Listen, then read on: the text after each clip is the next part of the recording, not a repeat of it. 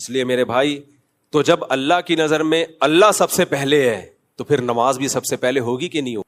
اب اس کا مطلب یہ نہیں کہ جھوٹ بولنا شروع کر دیں، لوگوں کو ٹوپیاں کرنا شروع کر دیں، لوگوں کے بیوقوف بنانے کے، بھئی میں نماز تو چونکہ پڑھتا ہوں تو اتنی بڑی نیکی تو کر ہی رہا ہوں۔ اللہ نے اس سے بڑا لفظ کیا ہوگا؟ لعنت اللہ علی الکاذبین، جھوٹوں پر اللہ کی لعنت۔ اور اللہ کہتے ہیں نماز جو صحیح طریقے سے پڑھتا ہے تو نماز اس سے جھوٹ چھڑوا دیتی ہے، بے حیائی چھڑوا دیتی ہے۔ جو نمازی نماز پڑھ کے بھی جھوٹ بولتے ہیں، لوگوں کے ساتھ بدسلوکی کرتے ہیں، بد اخلاقی سے پیش آتے ہیں، تو وہ نماز کی ایک فارمیلٹی پوری کر رہے ہیں، ایک فرض پورا کر رہے ہیں، نماز کو نماز سمجھ کے پڑھ نہیں رہے۔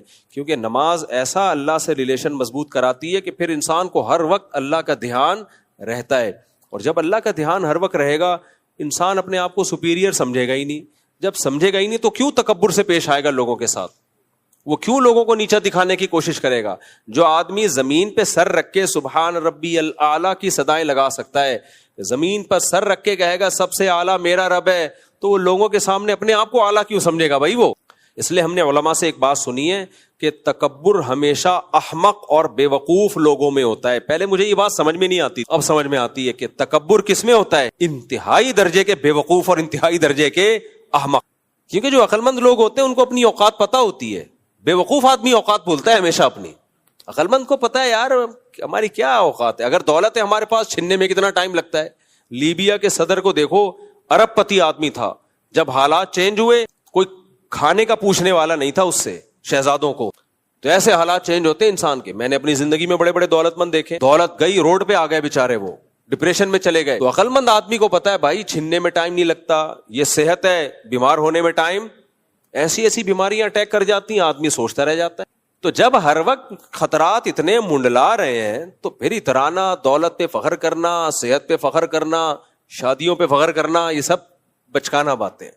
یہ تو میں آپ کو ویسے ہی موٹیویٹ کرنے کے لیے 19 کی باتیں کر رہا ہوتا ہوں، تو لیکن کوئی چیز فخر کرنے کے قابل نہیں ہے بھائی۔ حضرت حکیم الامہ مولانا شرف علی تھانوی رحمہ اللہ نے ایک اس کی بڑی پیاری مثال دی۔ انہوں نے فرمایا دیکھو کوئی ایک آفیسر بیٹھا ہوا ہو اور ماتحتوں کے سامنے بڑی شو مار رہا ہو، اور میں یہ ہوں، بڑا آفیسر آتا ہے تو اس کی اپنی حیثیت 2 ٹکے کی نہیں رہتی، یہ خود یس سر جی سر جی سر۔ ان کی مثال کو میں اپنے الفاظ میں بیان کر رہا ہوں، یہ خود کیا شروع کر دیتا ہے؟ یس سر جی سر، یس سر جی سر۔ اب بڑے آفیسر کے سامنے یہ پھوپھا نہیں ظاہر کرتا ہے، یہ تمہاری ایسی کی تیسی، وہ بھائی وہ بڑے آ گئے، وہ اب ہمارے باپ ہیں، وہ کون ہے؟ اب ان کی طرف توجہ کرو۔ تو فرمایا کہ ایمان والے کو ہر وقت احساس رہتا ہے کہ بھائی سپیریئر کون ہے؟ اللہ۔ تو کسی کے سامنے دھونس جمانے سے پہلے، تکبر کرنے سے پہلے دیکھتا ہے بھائی میں جو کچھ ہوں کس کی وجہ سے ہوں؟ اللہ۔ تو اللہ نے مجھے یہ سب کچھ بھیک میں دیا ہوا ہے، میں اتراؤں گا، تکبر کروں گا، دوسرے کو نیچا دکھاؤں گا تو اللہ دیکھ رہا ہے بھائی، وہ مجھ سے یہ نعمت چھین سکتا ہے، وہ یہ نعمت چھین سکتا ہے مجھ سے۔ تو اس لیے میرے بھائی اللہ تعالیٰ نے سب سے زیادہ قرآن میں جس چیز پہ زور دیا ہے وہ ہے نماز، اور نماز کا بنیادی مقصد اللہ سے ریلیشن کیا ہو جائے؟ مضبوط۔ تو یہ ریلیشن قائم ہوئے بغیر کام نہیں چلے گا۔ میرے اکثر بیانات نظریات کی اصلاح پہ ہوتے ہیں، کانسیپٹ کلیئر کرنے پر ہوتے ہیں، تو کانسیپٹ کلیئر کرنا کافی نہیں ہے، نظریہ درست ہو جانا کافی نہیں ہے۔ مسائل جب حل ہوں گے جب اللہ سے ریلیشن مضبوط ہوگا، اور وہ کثرت سے نماز اور خشوع و خضوع سے نماز پڑھے بغیر وہ ممکن ہے نہیں۔ تو اس لیے کچھ عملی زندگی پر بھی آنا چاہیے، نماز کو مضبوطی سے قائم کریں، اور دیکھو جو کام مشکل لگے نا وہ زیادہ کرنا شروع کر تو آسان ہو جائے گا۔ مشکل کام زیادہ کرو گے تو کیا ہو جائے گا؟ آسان ہو جائے گا۔ مثال کے طور پر BBC میں ایک ٹوٹکا آیا ہوا تھا گہری نیند کا، گرمیوں کے دنوں میں گہری نیند کا ایک ٹوٹکا تھا، BBC کی نیوز میں نے خود پڑھا، اب پتہ نہیں وہ ٹوٹکا صحیح ہے لیکن اس کی لاجک انہوں نے کہا کہ بھائی آپ کو اگر گرمی بہت لگ رہی ہے اور AC ویسی نہیں ہے اور آپ سونا چاہتے ہو، گرمی بہت لگ رہی ہے، تو گرم پانی میں پاؤں ڈال دو۔ پہلے ہی گرمی ہو رہی ہے اور پاؤں کہاں ڈلوائے جا رہے ہیں؟ گرم پانی میں تھوڑی دیر پاؤں ڈال کے آپ لیٹو، سو جاؤ۔ وجہ کیا ہے کہ وہ جو آپ کو کمرے کا ٹیمپریچر ہے نا وہ ٹھنڈا لگنے لگے، کیونکہ آپ اس سے زیادہ گرمی ہو گئی نا، صحیح ہے نا، اس سے زیادہ گرمی ہو گئی ہے، لہذا کمرے کا ٹیمپریچر آپ کو کیا لگے گا؟ نارمل لگنا شروع ہو جائے گا۔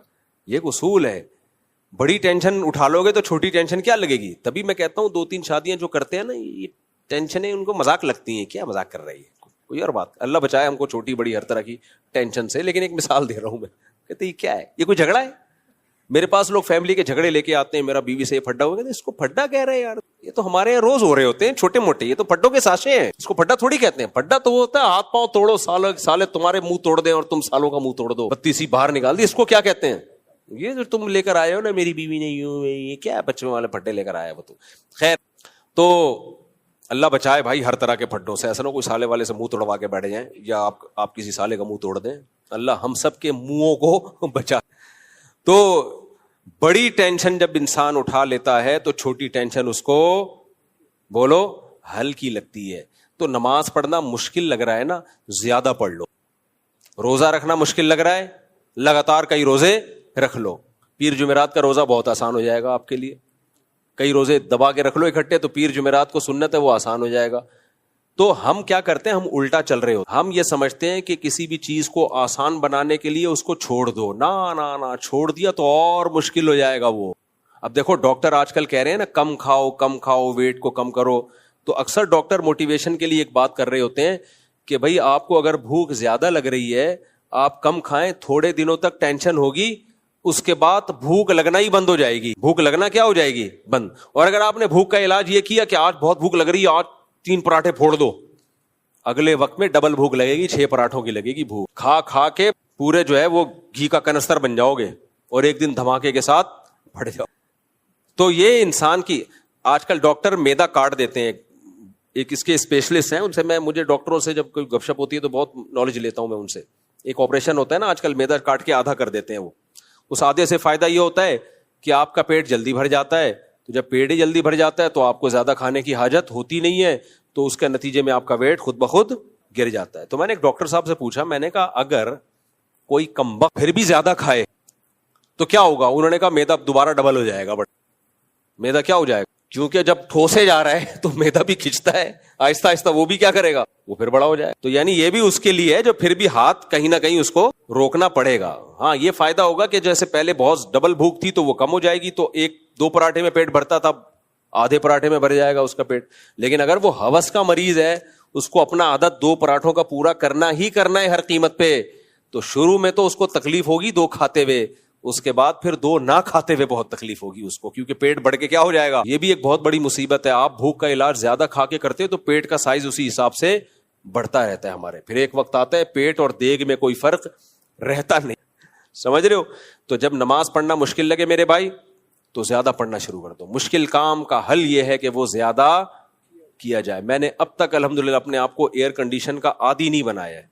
کتنی دفعہ ایسا ہوتا ہے میرے بچے اے سی میں سو رہے ہوتے ہیں, میں اے سی سے باہر سو رہا ہوں. ابھی بھی ایسا ہوتا ہے. کل رات بھی میں اے سی کے باہر سویا ہوں, بچے اے سی میں سوئے ہیں.